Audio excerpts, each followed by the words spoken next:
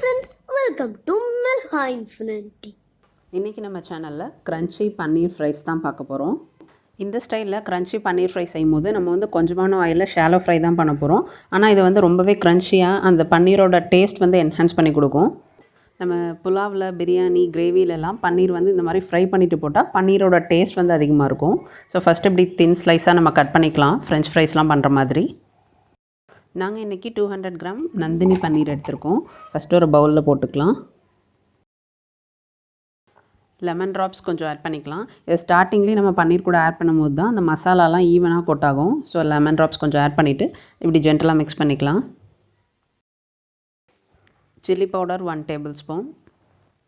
ஒரு masala powder add பண்ணிவிட்டு once நம்ம இந்த மாதிரி இதை மிக்ஸ் பண்ணிடலாம். ஸோ எல்லா பன்னீர்லேயும் அது ஈவனாக கோட் ஆகும். மல்லித்தூள் 1/2 teaspoon. Garam masala powder 1 teaspoon. அப்புறம் சால்ட் ஆட் பண்ணிக்கலாம்.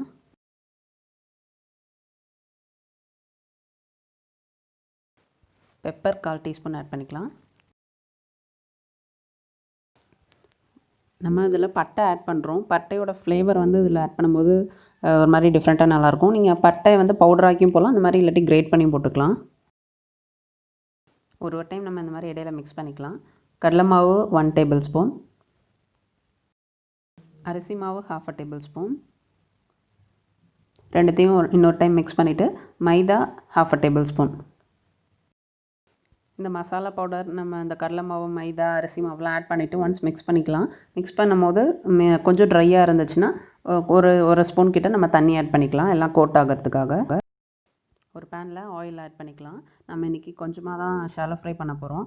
நார்மலாக பன்னீரை ஆயிலில் ஃப்ரை பண்ணும்போது அது அடியில் போய் ஒட்டும். ஆனால் அந்த மாதிரி மசாலாலாம் கோட் பண்ணிவிட்டு நம்ம இதில் ஃப்ரை பண்ணும்போது அடியில் ஒட்டாது. அந்த மசாலாவோட ஃப்ளேவரும் பன்னீரில் இறங்கியிருக்கும், பன்னீரோட டேஸ்ட்டும் நல்லாயிருக்கும். அதே மாதிரி நம்ம கொஞ்சமாக ஆயில் ஆட் பண்ணியிருக்கிறதுனால ஃபஸ்ட்டு ஒரு ஹாஃபை மட்டும் இந்த மாதிரி நல்லா ஃப்ரை பண்ணிவிட்டு மீதி ஹாஃபையும் நம்ம மிக்ஸ் பண்ணிக்கிட்டால் எல்லாமே ஈவனாக குக் ஆகும். அவ்வளோதான், crunchy paneer fries ready. Thanks for watching. See you soon. Endless entertainment at Melha Infinity. Thank you.